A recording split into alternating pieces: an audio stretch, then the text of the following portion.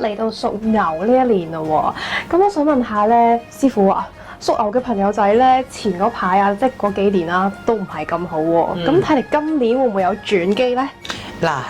你又真係有留意到屬牛嘅喎，屬牛其實係近呢幾年都唔係太過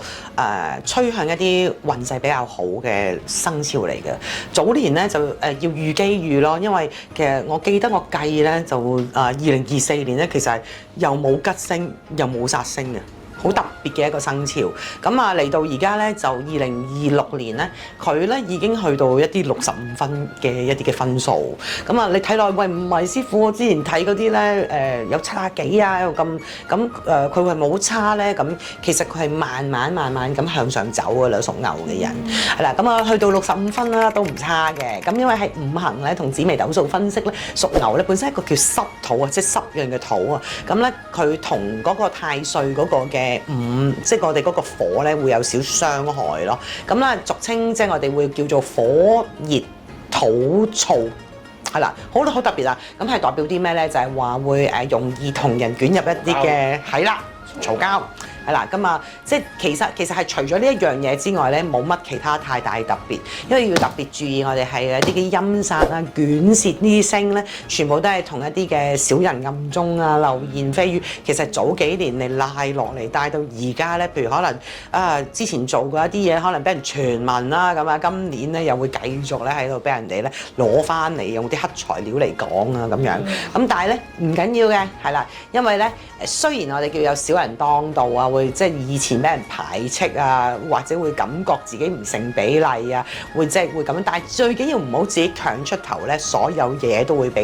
係變翻好噶啦。咁因為咧事業上面你都係穩住，就係覺得我都係咧唔好好打不平嗰種嘅心態，係啦，唔關你事嘅嘢咧唔好理咧。咁你整年嘅事業運就會向上走嘅。咁啊事業運好，財運自然梗係 OK 噶啦，係啊。咁緊要咧就因為自己最緊要就係自己會係犯咗一個我哋叫口舌是非之爭咧。如果你一走去同人哋嘈啊，咁你會令到你自己破財啊，借錢又係會冇得還啊，合作啊又會令到自己失利啊。咁所以咧就全部自己能夠咧一個人咧去自己緊守住做自己嘅嘢咧，就唔會遇到呢啲咁嘅麻煩嘢啦。好啦，咁啊濕土咧就會咧令到個脾胃啊消化系統有問題嘅。咁啊留意翻自己身邊屬牛嘅朋友咧，如果本身佢哋可能都已經係有一啲叫做濕疹嘅問題嘅話咧，佢喺2026年咧，佢個問題會更加嚴重嘅，係啦。咁有啲乜嘢嘢咧？等間我就會話翻俾你知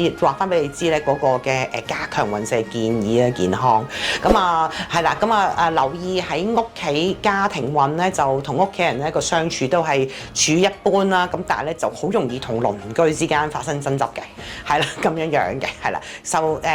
多啲聽長輩嘅説話啦，即係就算唔啱聽都好咧，佢都會幫助到你嘅。咁姻緣方面咧，會好容易咧，會有一啲叫無形嘅第三者。係啦，譬如我屬牛嘅朋友結咗婚啦，女朋友啦咁樣啦，咁啊唔知點解硬係咧覺得我女朋友好容易俾人搶，但係事實就冇呢件事發生嘅喎，呢啲叫無形之中嘅第三者啦。咁因為呢一個咧自己太過多思維擔心自己嘅另一半咧可能唔知係咪出軌自己嘅思維令到自己嘅啦，係啦咁樣嘅。咁啊另外咧單身嘅人咧就睇實啲啦，係啦，咁先至好投入去自己戀情，因為好容易衝動嘅，要攞啲時間去觀察下啦。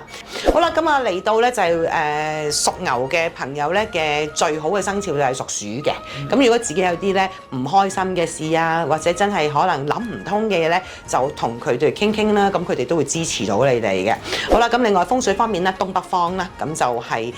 會可以放一個金嘅葫蘆啦。咁其實我好少會叫人用葫蘆嘅。咁但係咧點解我好想用即係牛會擺葫蘆？因為咧佢係會好容易啊！我哋頭先啱所講火熱土燥啊嘛。咁如果佢係有一個金嘅葫蘆去化解呢一件事嘅話咧，咁其實佢嗰啲病氣頭先咪講到話，又會好容易消化系統啊，皮膚又唔好啊，咁可以化解佢個病嘅。即係可能係擺一啲白色嘅花樽啦，個花樽裏邊就唔需要擺水嘅，就咁擺一個白色嘅花樽，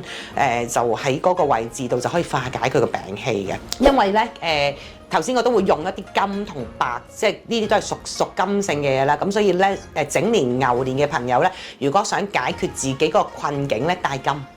帶多啲金。係啦，咁咧亦都咧可以咧，即係自己可能將自己銀包啊、手袋啊或者背囊啊，會用一啲嘅黃色嘅為主啊。咁啊，其實咧我哋佛堂咧，即係我哋自己都有出咗一啲咧，我哋叫掛嘅飾物咧，佢都係用黃色嘅嘅飾物啦，甚至乎係有一啲我哋叫做幫佢調頻沖涼嘅一啲嘅浴鹽啦，係由高增開光啦，用黃色嘅菊花涼咧去沖多啲咧，其實就可以化解佢哋嘅是非嘅啦。屬牛嘅人其實咧就係應該係啲好煩躁嗰啲啦，又好打不平嗰啲啦。冇錯。咁啊，跟住又再加上係心浮氣躁啦，咁啊經常就好似隻公牛咁樣噴晒煙啦。係啦，尤其是男性。係嘛？係啊。好啦，咁如果面對呢啲人嘅時間咧，咁我哋應該要點樣係去同佢講咧？我冇理由走埋去話嗱，你係屬牛㗎嘛係嘛？你襟單，你唔好同我講嘢住，先飲咗啖冰水先，我應該會咁樣去講噶嘛。其實我處理如果對屬牛嘅人咧，咁佢哋我都會讓佢講晒嘢先咯。係啦，即係我會對佢等佢講晒嘢先，之後先至再去回應翻佢嘅。通常咧，我對屬牛嘅朋友咧，佢講完係啊，我都知道㗎啦，贊同咗佢先。唔係贊同，我都知道唔代表我贊同啊，即係和應一下佢啦。係啦，佢哋個屬性就係你，當佢講完之後，你和應佢咧，你慢慢再講嘢嘅時間咧，佢就會願意聆聽㗎。係啊，屬牛嘅人咧好固執㗎，好中意插嘴㗎，一定要俾佢講嘢。我個家族性都好大㗎，我本身都係一個原居民出身，咁啊有啲咧，即係我好尊敬嘅長輩啦，甚至乎係嗰啲兄弟嚇，佢哋都係屬牛嘅，我通常都坐喺度聽埋佢講完嘢先嘅。